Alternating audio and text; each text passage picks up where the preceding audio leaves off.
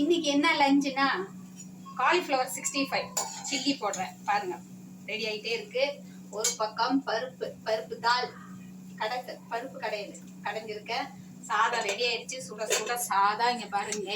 நான் வடிச்சிட்டேன், குக்கர்ல வைக்கல. அதனால வடிச்ச சாதம், அப்புறம் ரசம், அப்புறம் என்னோட அப்பளம். சுட சுட 65 காலிஃப்ளவர் எடுத்து வெங்காயத்தோட வச்சு சாப்பிட்டா பாருங்க. நான் சாப்பிட்டு பார்த்து எப்படின்னு சொல்றேன். காலிஃப்ளவர் ரெடி ஆயிடுச்சு. அதுக்கு வெங்காயம் வச்சுட்டு கடிச்சு சாப்பிடலாம். பார்க்கலாம்.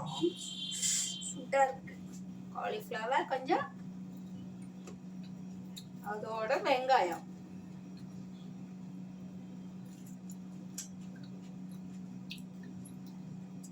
செம.